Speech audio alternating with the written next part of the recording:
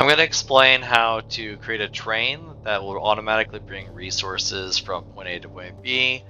Like in this example, it automatically brings resources from my auto extractors on Astroneer back to my base and automatically loads and unloads the train. So the first thing you're going to need, of course, is a train station. And in my case, I've got the train station with these two auto extractors, two auto arms to automatically take the Astroneer and load this platform. On the train station, you're going to want to configure its stop mode to stop all cars, and its station loading mode to load stopped cars.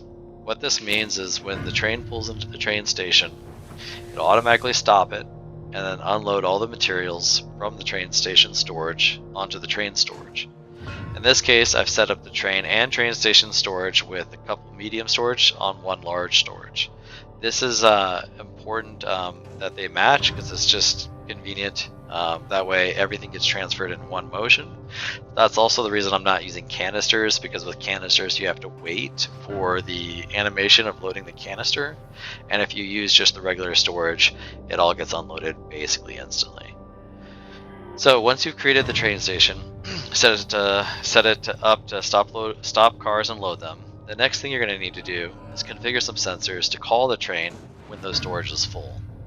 To do this, I've created two sensors, a storage sensor rather, and a count repeater.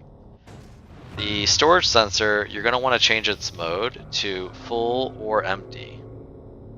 And what this does is it signals every time the station's full and every time the station is empty. But the problem is we only want to call the train when the station is full. To do that, we run the output of the storage sensor to a count repeater, and we set the current count to 1. That means when this station fills up, it's going to trigger this because it'll be the second activation, because I've set it to 2, and therefore the output of this count repeater is only the signal when this is full. So this is full empty, and after the count repeater of 2, this activation becomes only when full. Full. So the output of that comes back to the train station. That calls the train to the station. When the train arrives, it stops, automatically unloaded, and then we want to send the train back to the base. And in my case, that's the left side. To do that, you create a single delay repeater. I've set its time to 25. That's between 2 and 3 seconds. And basically the output of that goes to the left side of this pin here. So this pin is from the train station. This activates when a train comes in. And then if you set it to either this pin or that pin, it'll send the train back in either left or right direction. In this case, when the train comes in, you'll see it get unloaded, or get loaded rather. And once you see that happen, you'll see this delay occurring, and the light will go around, and then it'll send the train back to the base.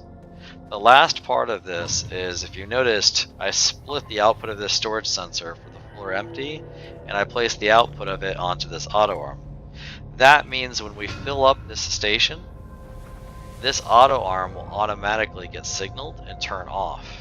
Then when it loads the train and empties the storage, the auto arm will be turned back on again. I'm not 100% sure that's necessary, but I believe it helps avoid the auto arm doing some things that are unnecessary while we're loading the train. So it's a simple setup because it basically only requires the train station plus a delay repeater, storage sensor, and count repeater. Alright, I'm going to turn the auto arm on and we're going to watch it fill up the station and watch it in action.